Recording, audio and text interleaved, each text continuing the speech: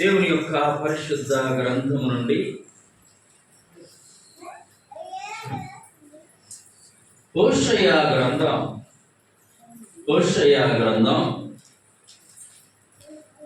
6వ అధ్యాయము 6వ వచనాన్ని నేను చదువుతాను. నాతో కలిసి అందరూ కాస్త గొంతులు విప్పి చెప్పండి. నేను బలిని కోరను. మా అందరూ కొంచెం సౌండ్ నుంచి చక్కగా చెప్పండి. నేను బలిని కోరను, కానీ కనికరమునే కోరుచున్నాను. మరలా చెప్పుకుందామండి. నేను బలిని కోరను, కానీ కనికరమునే కోరుచున్నాను. ఈ వారం మన అంశం దేవుని కోరికలు. ఆమేన్. ఎవరి కోరికలు? దేవునికి కూడా కోరికలు ఉన్నాయి. అవి ఎలాంటివో ఏంటో మనము నేర్చుకుందాం. సహజంగా మానవునికి కోరికలు ఉంటాయి, మానవులకు కోరికలు ఉంటాయి. ఆ కోరికలు కొంతమందికి పెద్దగా ఉంటాయి, తన శక్తికి మించి కూడా ఉంటాయి. కొంతమందికి కొద్ది కోరికలు ఉంటాయి కదా. కొద్ది కోరికలు ఉంటే సులువుగా తీర్చుకోవచ్చు, పెద్ద పెద్ద కోరికలు ఉంటే చాలా కష్టం. కానీ దేవునికి కూడా కోరికలు ఉన్నాయి. ఆమేన్. దేవునికి కోరికలు. ఆ కోరికలు మనలాంటి కోరికలు. మానవులకు రకరకాల కోరికలు. ఒకడు రోజు దేవునికి ప్రార్థన చేస్తున్నాడంట, నువ్వు నాకు ఒక్కసారి కనపడయ్యా. ఒక్కసారి 2-3 సార్లు అడగల, ఒక్కసారి కనపడితే చాలా అని ప్రార్థన చేస్తాడు. దేవుడు కనికరం కలిగినాడు కదా. ఒక మారు వచ్చి ఎదురుగా నిలబడి, అయ్యా రోజు నన్ను కనపడమంటున్నావు, నేను ఇప్పుడు నీ ఎదుటికి వచ్చి కనపడ్డా, నీకేంటి, నువ్వు ఎందుకు అలా ప్రార్థన చేసావంటే, నాకు ఒక్క కోరిక ఉందయ్యా, అది నువ్వు కనపడితే అడగాలని. అది నువ్వు ప్రార్థనలు అడగొచ్చు కదా. అలాగా నువ్వు కనబడితే నేను ప్రత్యక్షంగా ఎదురుగా అడిగి పొందుకోవాలి. ఏంటయ్యా కోరిక చెప్పమంటే, నేను ఏది పట్టుకుంటే అది బంగారం అవ్వాలి. ఆమేన్. ఏది పట్టుకుంటే, ఇది ఎవరికి ఉండదు ఈ కోరిక, దాదాపు అందరికీ ఉండేది. సరే, అది నీకు మంచిది కాదయ్యా అని చెప్పాడు. అది నీకు లేదయ్యా, నాకు నువ్వు ఇస్తావా చస్తావా అనగానే దేవుడు, సరే ఈ క్షణం నుండి నువ్వేం పట్టుకుంటే బంగారం. ఇంటికి వెళ్ళాడు. ఎదురుగా తన చిన్న కుమార్తె తల్లిని చూసి పరిగెత్తుకుంటూ వచ్చింది. పట్టుకున్నాడు. ఏమైంది? కుమార్తె ఏమైంది? ఓన్లే రోజు చూసుకోవచ్చు, బంగారం లాంటి నా కుమార్తె అనుకో తృప్తిపడి ఒక మూలన పెట్టాడు, చూసుకుంటూ ఆనందిస్తూ. అన్నం ఏమన్నాడు భార్య, అన్నం వేసుకొచ్చింది. పట్టుకోగానే చెప్పాలి, తింటావా బంగారాన్ని? నీ అల్లు ఎవరైనా తింటారా? తినలేదు. బంగారం ఉంటే బాగుండు అనుకుంటాం, కానీ దొరికితే తిందామంటే సాధ్యము. ఇప్పుడు మళ్ళా మనోడు ప్రార్థన చేయడం మొదలు పెట్టాడు. అయ్యా ఒక్కసారి కనపడ్డా. ఏందయ్యా? అయ్యా కోరిక మంచిది. మనుషుల కోరికలు మంచిగా ఉంటాయి, మంచిగా ఉండకుండా కూడా ఉంటాయి. కానీ దేవుని కోరికలు అలా కాదు. దేవుని కోరికలు మనందరి క్షేమము కొరకు. చప్పట్లు కొట్టి ప్రభువును మహిమపరుద్దాం. మనందరి క్షేమం కొరకు దేవుని. కాబట్టి ఆత్మీయ జీవితంలో కోరికలు కూడా ఆత్మ సంబంధమైనవై ఉండాలి. ఆమేన్. ఆత్మ సంబంధమైన కోరిక తెలుసా? ఆ లోక సంబంధమైన కోరికలు అవి అంత క్షేమాన్ని మనకు ఇవ్వవు. ఒక సేవకుడు నేను చెప్తున్నాడు, అయ్యా నేను హైదరాబాద్లో సేవ మొదలు పెట్టినప్పుడు ఎక్కడికి వెళ్ళి వాక్యం చెప్పినా ఎవరు రావట్లే మందిరానికి. మేమిద్దరం, నేను, నా భార్య, నా 2 పిల్లలు ప్రార్థన చేసుకుంటాం. పూట గడిచేది కాదు, అన్నం దొరికేది కాదు, అన్నం వండుకుందామంటే బియ్యం ఉండేవి కాదు, బియ్యం కొందామంటే డబ్బులు ఉండేవి. అప్పుడు ప్రార్థన చేశాడంటయ్యా, సరే ఇలా నా పరిస్థితి ఉన్నా సరే నీ సేవ చేస్తాను, అడుక్కోనైనా చేస్తాను, కానీ ఆ అడుక్కుండేదేదో జనాన్ని అడుక్కోకుండా నిన్ను అడిగి అంత ముద్ద పెట్టయ్యా మాకు చాలు అని ప్రార్థన చేశాడంట. చప్పట్లు కొట్టి ప్రభువును మన్నించాడు. ఆయన ప్రార్థన ఆలకించి దేవుడు ఈరోజు కొన్ని వేల మందితో అద్భుతమైన మందిరాన్ని నడిపిస్తూ ఉన్నాడు. గుర్తుంచుకోవాలి, ప్రభు సన్నిధిలో నీ నా కోరిక ఆత్మ సంబంధమైనదైతే దేవుడు తప్పక దాన్ని ఏం చేస్తాడు? నెరవేరుస్తాడు. తప్పక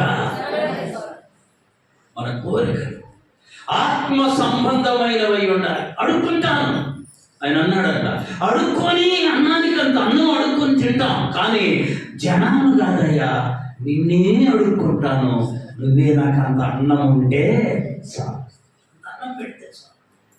నీ పాటలు పాడతాం, నీ వాక్యం బోధిస్తాం, నిన్ను స్తుతిస్తాం, గణపరుస్తాం, కాకపోతే టయానికి మాకు అంత ముద్ద పెట్టాయి.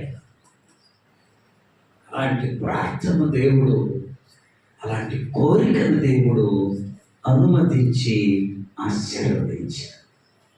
మన కోరికలు పరలోక సంబంధమైనవై ఉండాలి, ఆత్మ సంబంధమైనవై ఉండాలి, దైవ సంబంధమైనవై ఉండాలి. చూడండి, ప్రతి ఆదివారం ఆబ్సెంట్ కాకుండా నీ మందిరములో ఉండాలయ్యా, ఇది నా కోరిక. దేవుడు దాన్ని తప్పకుండా నెరవేరుస్తాడు. ఆమేన్. చూసారా, మానవుని కోరికలు ఎంత ఎత్తులో ఉంటాయో అంత ఎత్తులో ఉంటాయి కొంతమంది వద్ద. దేవుని బిడ్డలమైన మన కోరికలు వాక్యానుసారమై, ఆత్మానుసారమై, ఆత్మీయమైనటువంటి మేలును తెచ్చేదిగా మన కోరికలు ఉంటాయి.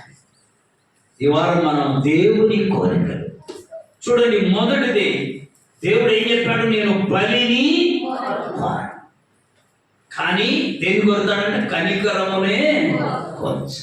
చెప్పాలి, దేవుడు ఏం కోరుచున్నాడు? కనికరాన్నే కోరుతున్నాడు. దేవుడు అంటున్న మాట, నేను బలిని కోరను కానీ కనికరమునే కోరచ్చు. దేవుడు ఏం కోరుతున్నాడు?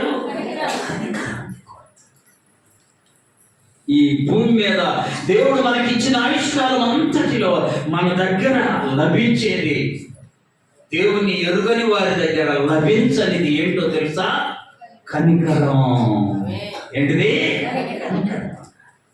దేవుని బిడ్డల వాళ్ళ దగ్గర కనికరం ఉంది. వాళ్ళు దేవుణ్ణి అడగరా, ఎందుకు వాళ్ళ దగ్గర ఏం లేదు? కనికరము కలిగిన వారమై బ్రతకాలి. ఆమేన్. మన దేవుడు అంటున్నాడు, నేను బలిని కోరనయ్యా, ఏం కోరుతున్నా? కనికరమునే కోరచ్చు. కనికరాన్ని కూడా నువ్వు కోరుచున్నావా?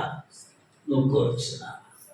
ఉదయాన్నే 5ంటికి ఒక ఆయన ఫోన్ చేసి తిమ్మరపోయే వార్త చెప్పాడు.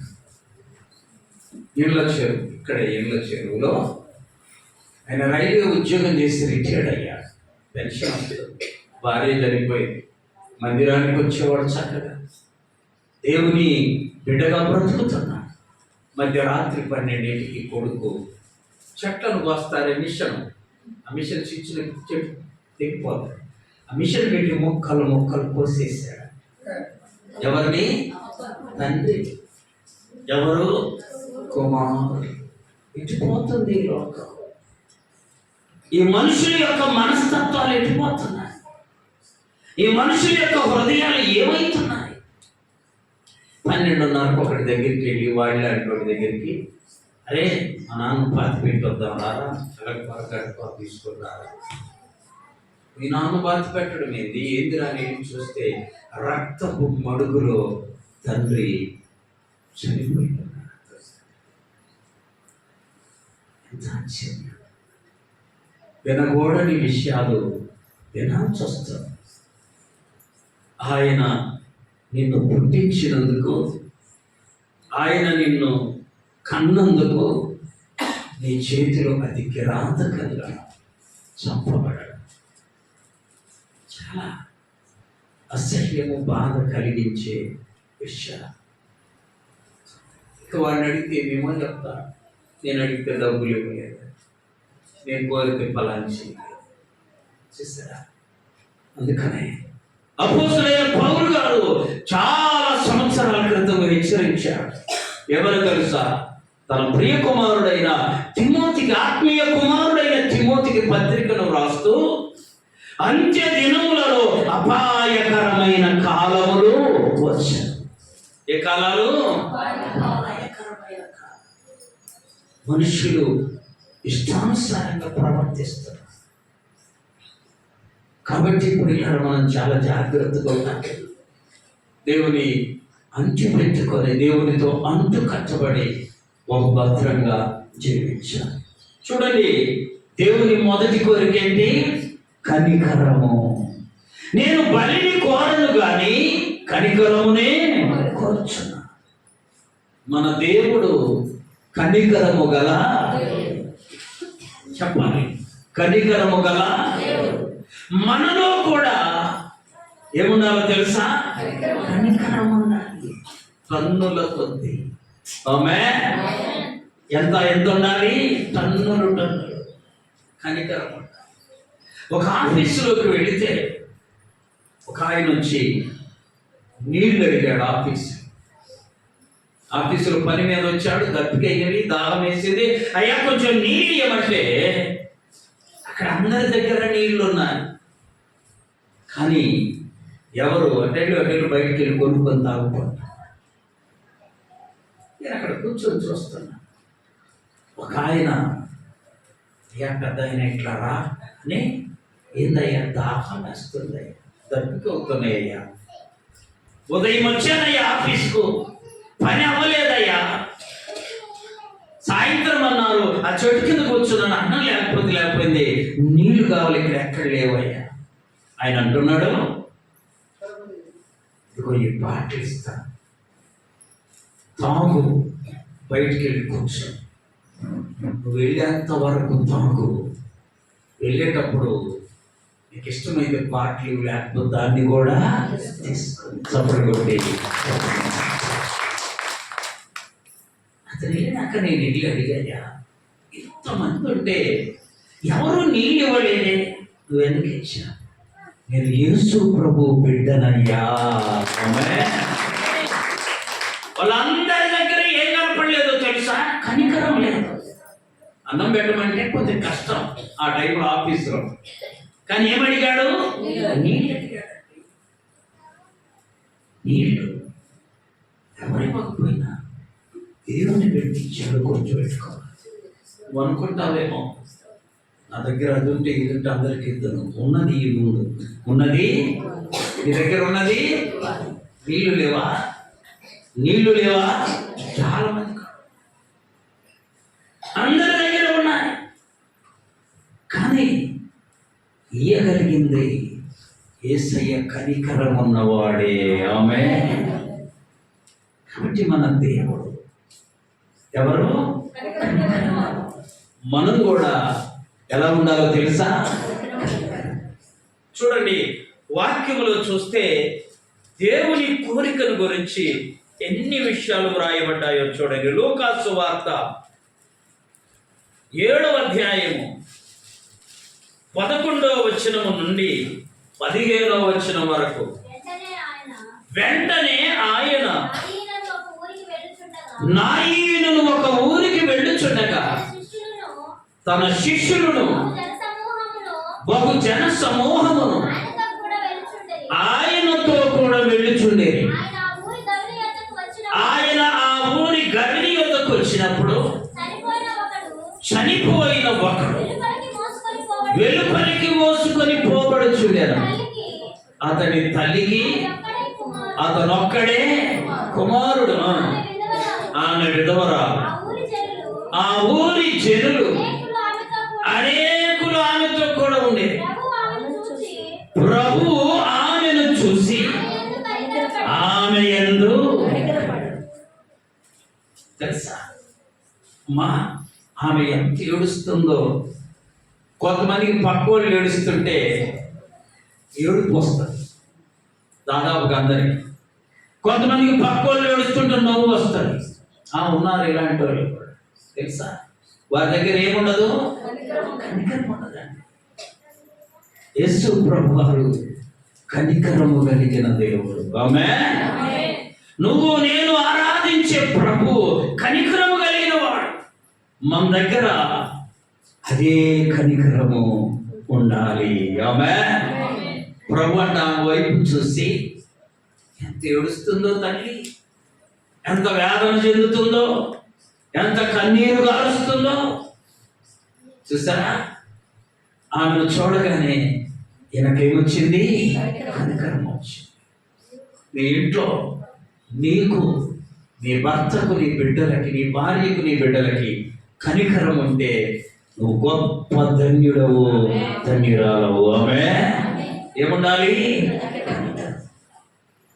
కనికరం ఉన్న వాళ్ళకి ఓర్పు ఉంటుంది. గుర్తుపెట్టుకోండి, కనికరం ఉన్న వాళ్ళకి ఓర్పు. ఓర్పు సముద్రము కంటే గొప్పది. ఓర్పు సముద్రము కంటే గొప్పది.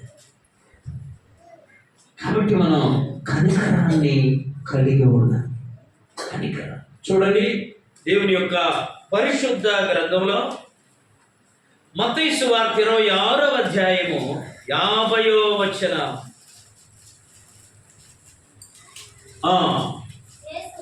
యేసు చెలికాడా, నీవు చేయవచ్చినది చేయమని ఎవరితో చెప్పాడు తెలుసా? తనను పట్టిస్తున్న ఇస్కరియోతు యోధా. తనను పట్టిస్తున్నాడు యోధా గారు. తన సైన్యం అంతటిని తెచ్చి, సైన్యం వచ్చి పట్టుకోవడానికి అలా నిలబడి తిట్టుకో, ఈయన పట్టుకోండి అంటున్నాడు. అలాంటి వ్యక్తితో యేసు ప్రభు వారు పలికిన మాట ఏంటో తెలుసా? చెలికాడ. అంటే తనను కీడు చేస్తున్నటువంటి వ్యక్తికి కూడా తన నోట కీడు మాట. నీలో కనికరం ఉంటే కీడు చేసే మాట నీ నోట రా. నీలో కనికరం లేకపోతే, దయ లేకపోతే, జాలి లేకపోతే నీ హృదయంలో నుండి కీడుతో కూడిన మాటలు వస్తాయి. యేసు ప్రభు తనను పట్టుకుంటున్న వాళ్ళతో కూడా చెలికాడా అంటే స్నేహితుడా. చూసారా, ఇస్కరియోతు యోధంట యేసయ్యకి ఎవరు? స్నేహితుడు. శత్రువును కూడా ప్రేమించేలా చేస్తుంది కనికరం. నీలో కనికరం ఉంటే శత్రువును కూడా ప్రేమించేలా నిన్ను సిద్ధపరుస్తుంది. కాబట్టి కనికరం యేసుక్రీస్తు ప్రభువు కనికరం కోరుతున్నాడు. ఆమేన్. నీలో ఉందా? ఎన్ని మార్లు ఈ వాక్యము విని ఉంటాం. మనం మన హృదయంలో, మన శరీరంలో కనికరాన్ని కలిగి బ్రతకాలి. చూడండి, దేవుని యొక్క పరిశుద్ధ గ్రంథంలో మార్కు సువార్త 5వ అధ్యాయం 18-19 వచ్చిన. ఆయన దోణి ఎక్కినప్పుడు దయ్యములు పట్టినవాడు ఆయన యొద్ద తనను ఉండనిమ్మని ఆయనను బతిమాలుకొనెను. కానీ ఆయన వానికి సెలవియ్యక నువ్వు నీ ఇంటికి వెళ్ళి ప్రభువు నీ యందు కనికరపడి నీకు చేసిన కార్యములన్నిటినీ దేవుడు నీ జీవితంలో చేశాడే కనికరముతో కార్యాలు. ఆ ఇతరులకు నువ్వేం చేయాలో తెలుసా? చెప్పాలి. యేసయ్య తన కనికరముతో నన్ను కాపాడాడయ్యా అని నువ్వు ఇతరులకు చెప్పాలి. యేసు ప్రభు వారు ఆ గెన్నే సరస్సు అనే తీరానికి వస్తే ఒకడు సమాధుల్లో నుండి వచ్చాడు. వాడు సమాధుల్లోని నివాసము చేసేవాడు. వాడిని చూసి ప్రభువారు కనికరపడి వానిలో ఉన్న దయ్యాన్ని వెళ్ళగొట్టాడు. ఆ దయ్యం ఎలాంటిదో తెలుసా? తనను తానే గాయపరుచుకునేలా చేసింది. అగ్నిలో నీళ్ళలో పడవేస్తుందట. అలాంటి వ్యక్తి యేసు ప్రభు యొక్కకు వచ్చేసరికి స్వస్థపరచబడ్డాడు. వాడు అనుకున్నాడయ్యా, సమాధుల్లో బ్రతికే వాడిని స్వస్థపరిచావు, నేను నీతోనే ఉంటానంటే ప్రభు అన్నాడట, నువ్వు ఇంటికి వెళ్ళు. ఇంటికి వెళ్ళి ప్రభు నీ యందు కనికరపడి చేసిన కార్యాలను ప్రజలకు ఏం చేయాలి? చెప్పాలి. కొంతమంది దేవుని దగ్గర మేలు పొందుకుంటారు, కానీ ఆ పొందుకున్న మేలు గురించి ఇతరులకు చెప్పనే చెప్పాలి. అలా ఉండకూడదు. ప్రభు నీ జీవితంలో ఏ గొప్ప కార్యాలు చేశాడో వాటిని నీవు ఇతరులకు వివరించాలి. ఆమె చెప్పాలి.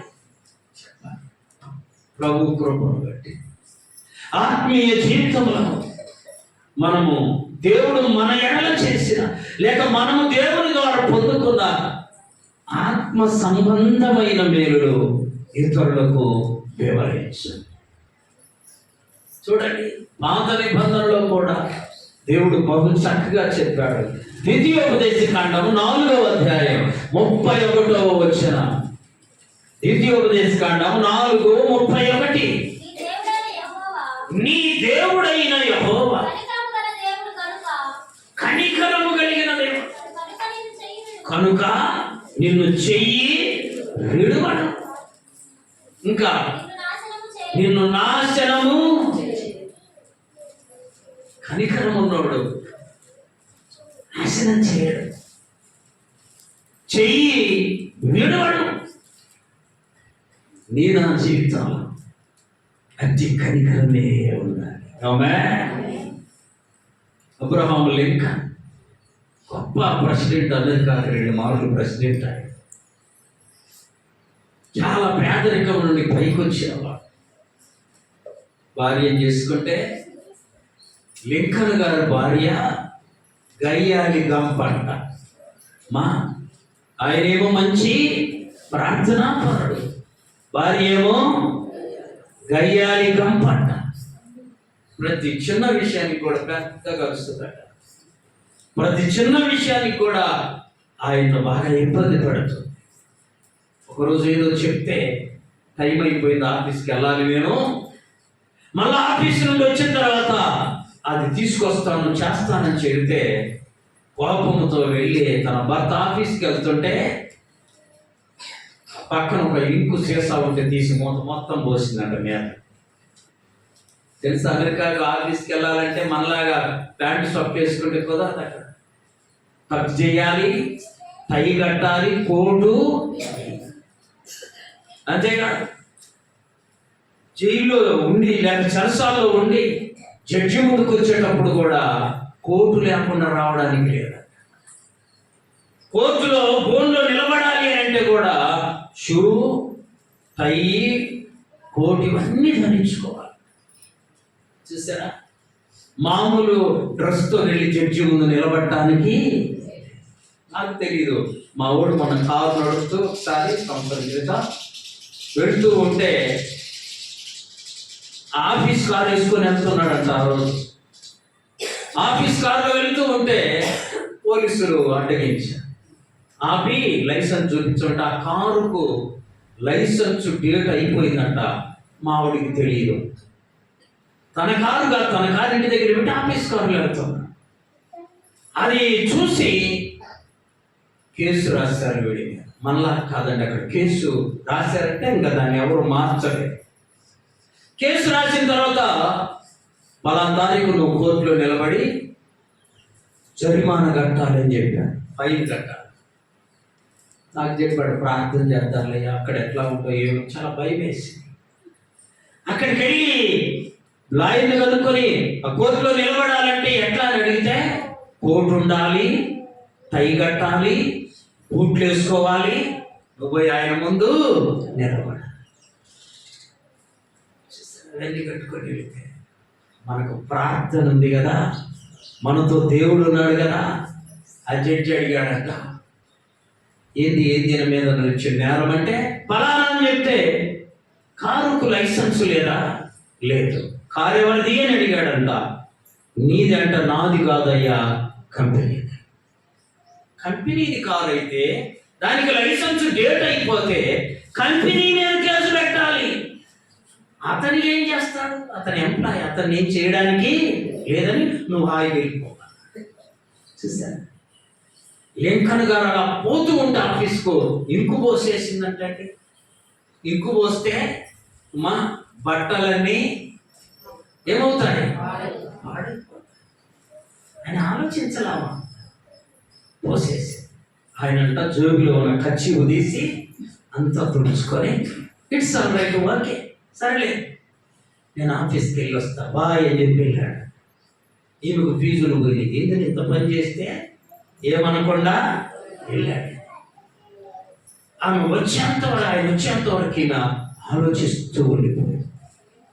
వచ్చిన తర్వాత సాయంకాలం అడిగిందంట, లింకన్ గారు నేను ఇంత పని చేస్తే నువ్వు నన్ను ఏమనలేదు ఎందుకని అని అడిగితే ఆయన ఒక మాట చెప్పాడంటే ఏమన్నా తెలుసా?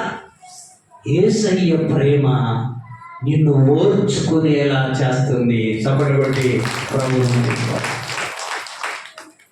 యేసయ్య ప్రేమ నిన్ను ఓర్చుకునేలా చేస్తుందమ్మా. కాబట్టి నేను నిన్ను ఏమీ ఆ రోజు నుండి మారిపోయిందంట. చూసారా? ఒకవేళ కొట్టుంటే మారేది, రేపు కూడా కొడతాడు బాగుంటుంది అనుకుంటారు కొంతమంది మనం తెలుసా.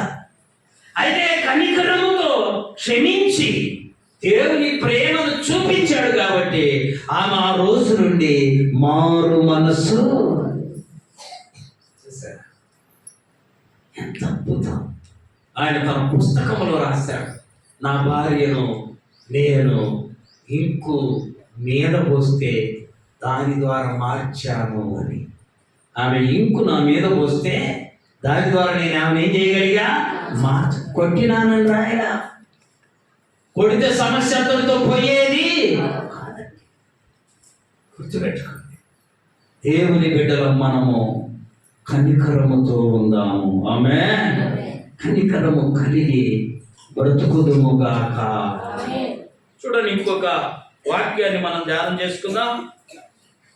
మార్కు సువార్త, మత్తయి సువార్త 14వ అధ్యాయం 14వ వచనం. మత్తయి సువార్త 14:14. ఆయన వచ్చి ఆ గొప్ప సమూహమును చూసి వారి మీద కనికరపడి వారిలో రోగులైన వారిని స్వస్థపరిచారు. మా రోగులైన వారిని చూసినప్పుడు అసహించుకోమాక, లేకపోతే చిరాకు తెచ్చుకోమాక, చేదులించుకోమాక. రోగం అనేది భూమి మీద ఉన్న ప్రతి వారికి వచ్చింది. రోగము రానివాడు ఎవడు ఉండడు. ఎందుకంటే ఇది నేల నుండి తీయబడిన మట్టితో చేయబడిన శరీరం. పాపముతో జన్మించిన వారమ్మా. కాబట్టి పాపికి రోగము ఖచ్చితంగా వచ్చింది. పరిశుద్ధులు ఎవరు ఈ భూమి మీద ఉండనే లేరు. ఒక్కడును పరిశుద్ధుడు. చూశారు ప్రభువారు ఆయన దగ్గరికి వచ్చిన రోగులను, వ్యాధిగ్రస్తులను అందరినీ చూసి ఏమంటాడంట? భర్త అనారోగ్యముతో ఉంటే అప్పుడే నీ ప్రేమ తెలిసేది. ఆమె భార్య ప్రేమంట భర్త ఇబ్బందిలో తెలిసిందట.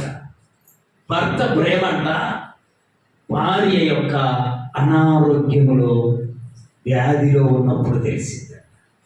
నీకు వ్యాధి వచ్చింది, అప్పుడే నీ భర్త ప్రేమ తెలిసింది. ప్రేమనుడైతే వ్యాధిలోనే ఆమెను ఆదరిస్తాడు. ఆమె నీకు ప్రేమ ఉంటే నీ భర్త వ్యాధిగ్రస్తుడై ఉన్నప్పుడే అప్పుడే నువ్వు చూపాలి ప్రేమ. చాలా మంది నేటి దినాల్లో అన్నీ బాగున్నప్పుడే వారిని ప్రేమిస్తారు, వారితో సంసారాన్ని కొనసాగిస్తారు. కానీ వ్యాధిగ్రస్తులైనప్పుడు వారిని నిర్లక్ష్యము చేస్తారు. మదర్ తెరిసా అని ఒక ఆమె ఉంది. మదర్ తెరిసా ఆమె తన జీవితం అంతా కుష్టి వ్యాధి ఉన్నోళ్ళు ఉన్నారే వాళ్ళకు సేవ చేసి చనిపోయారు. ఎంతకాలమో తెలుసా? తన యవ్వన ప్రాయము నుండి వృద్ధాప్యం వరకు తను చేసిన సేవ ఎవరికో తెలుసా? కుష్టి వ్యాధిగ్రస్తు. పూర్వం కుష్టి వ్యాధి అంటే బహు భయంకరమైన వ్యాధి అండి. దాన్ని ఉన్నోళ్ళ దగ్గరికి ఎవరు వచ్చేవాళ్ళు. కానీ ఈమె ఎవరికి కుష్టి వ్యాధి ఉందో వాళ్ళందరినీ ఒక హోమ్ పెట్టి అందులో చేర్చు, వాళ్ళందరికీ ఆ గాయాలు కడిగి కట్టు పెట్టే. మన ఇంటోళ్ళకి కడగట్లే మనం ఇప్పుడు, మన ఇంటి వారి కట్లు కట్టడంలే మనం. ఆమె ఎవరికో కుష్టి వ్యాధి ఉంటే వాళ్ళందరినీ తీసుకొచ్చి ఒక పెద్ద హోమ్ పెట్టి వాళ్ళకందరికీ క్లీనింగ్ చేసి కట్లు కట్టి వాళ్ళకి ఆహారం పెట్టి వస్త్రాలు ఇచ్చి. చూసారా? ఆమె చెప్పే ఒక మాట ఏంటో తెలుసా? మానవ సేవయే మాధవ సేవ. అంటే మనుషులకు సేవ చేయడమే దేవునికి సేవ చేస్తాం. ఎందుకని? మన ఎదురుగా కనపడేది మనుషులే.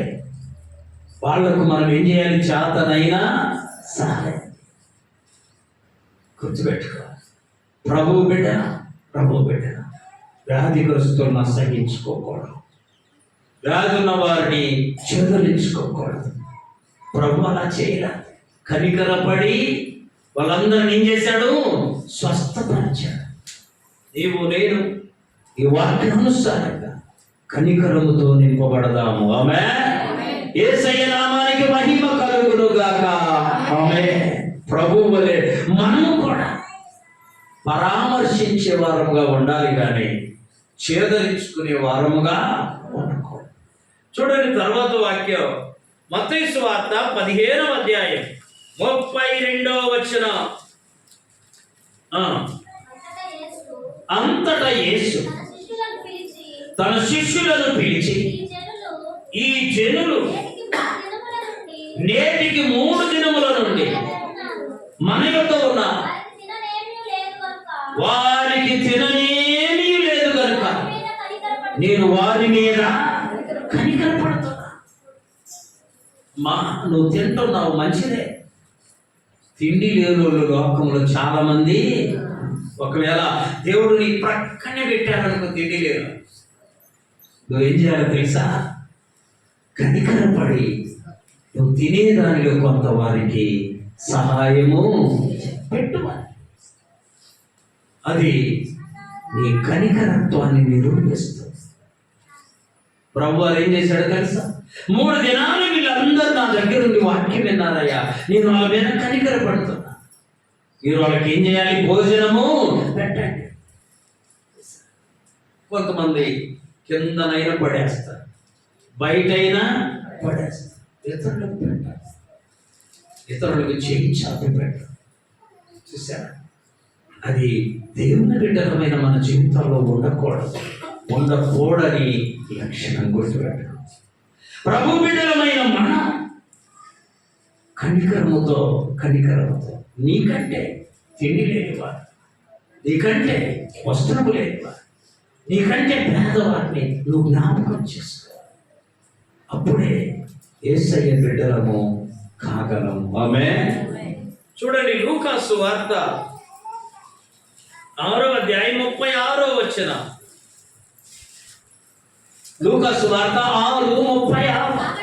కాబట్టి మీ తండ్రి కనికరము కలిగిన వాడై ఉన్నట్టు మీరు కూడా. మన ప్రభు ఎవరండి? కనికరం కలిగినదే. ఆయన కోరిక ఏంటండి? కనికరం చూపడం. మన తండ్రి కనికరము కలిగిన వాడు అయినట్టు మనం కూడా కనికరము కలిగిన వారము. కనికరం ఉందా నీలో? కనికరం ఉందా? ప్రభుకి ఎంత ఇష్టమో ఆయనలో కనికరం ఉంది. ఆయన బిడ్డలమైన మనలో కూడా ఏముండాలి? కొంతమందిని చూస్తాం, తండ్రి చాలా మంచి కనికరము, ప్రేమ, దయ కలిగినోడైతే కొందరికి బిడ్డలు కూడా అంతకంటే ఎక్కువ దయ చూపే వాళ్ళు అవుతారు. మరికొంతమందిని చూస్తాం, తల్లిదండ్రులు చాలా కనికరం కలిగిన వాళ్ళు అయితే బిడ్డల్లో కొంచెం కూడా ఏముండదు, కనికరం.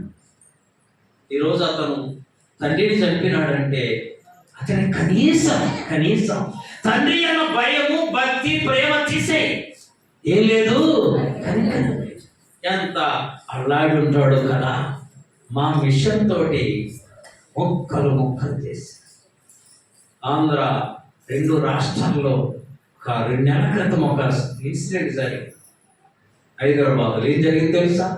తన భార్యను చంపి ఊరుకోలా, మొక్కలు కోసేసి అంతటి తూరుకోలా, కుక్కర్లో వేసి అంతటి తూరుకోలా, కూరలాగా చేసి అంతటి తూరుకోలా, అది తీసుకొచ్చి పబ్లిక్గా ఇంట్లో పెట్టుకున్నాడు. ఎముకలన్నీ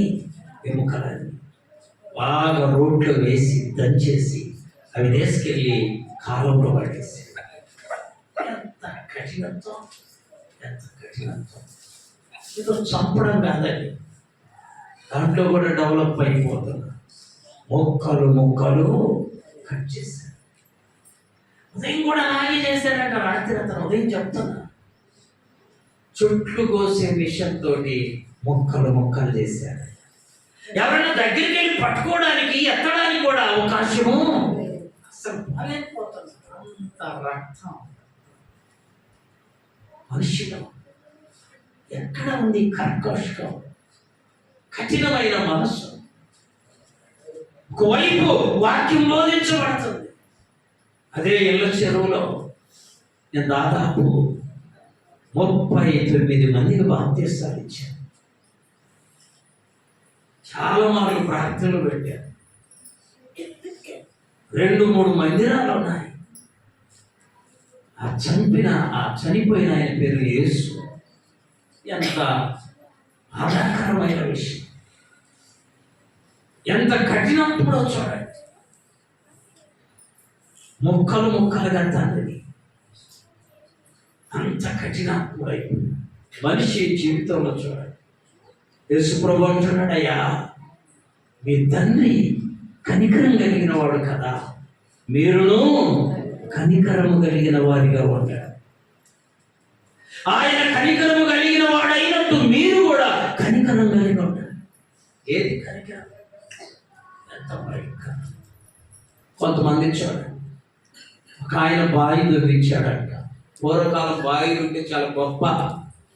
మా బావిలు ఉంటే చాలా గొప్ప. ఈ బోర్లు, మోటార్లు, ఈ మిషన్లు లేవు. పెద్ద బావిలు ఉంటాయి. ఆ పాఠశాలలు అందరూ ఆ దారిన పోయేడు తాగడానికి ఒక బావిని ఏర్పాటు చేస్తే, ఆ బావికి ఒక బోర్ చేశారంట రాయి మీద. ఫలానా ఆయన తాత ఈ బావి దొరికించాడు, నీళ్లు తాగండి అందరికి రాస్తే వెళ్ళి వాళ్ళందరూ చూసుకుని ఎంత మంచోడు. పాపము అందరికీ ఏమిచ్చాడు?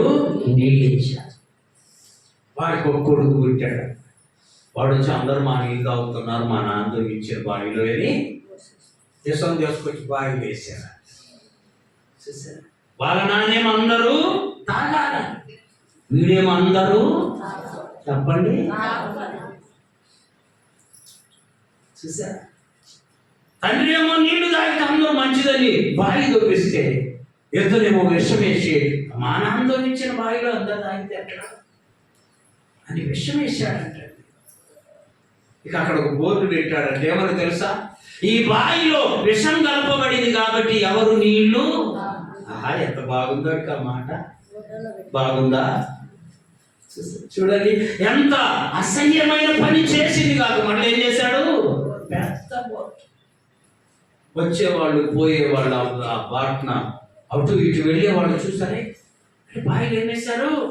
విషం కలిపాడంటే బోర్డు కూడా పెట్టారు. తండ్రి మంచి పని చేశాడు, కుమారుడేమో కీడు చేశాడు. మా దేవుని పిల్లలమైన నీకు నాకు హృదయము నిండా కనికరముండును గాక, కనికరముతో నింపబడుదుము గాక, కనికరాన్ని ధరించుకుందుము గాక. యోహాను సువార్త చూడండి, యోహాను సువార్త 18వ అధ్యాయం 23వ వచనం. అందుకు యేసు నేను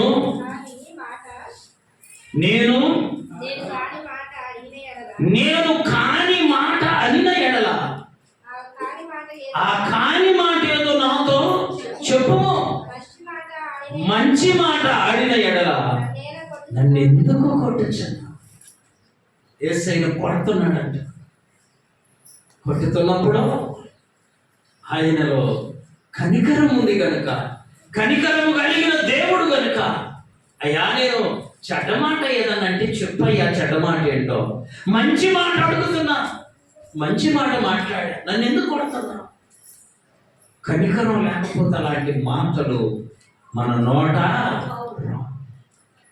విశ్వాస జీవితంలో కనికరాన్ని కలిగి వద్దా, కనికరాన్ని కలిగి వద్దా, కనికరాన్ని ధరించుకుందా, కనికరముతో నింపబడాలి.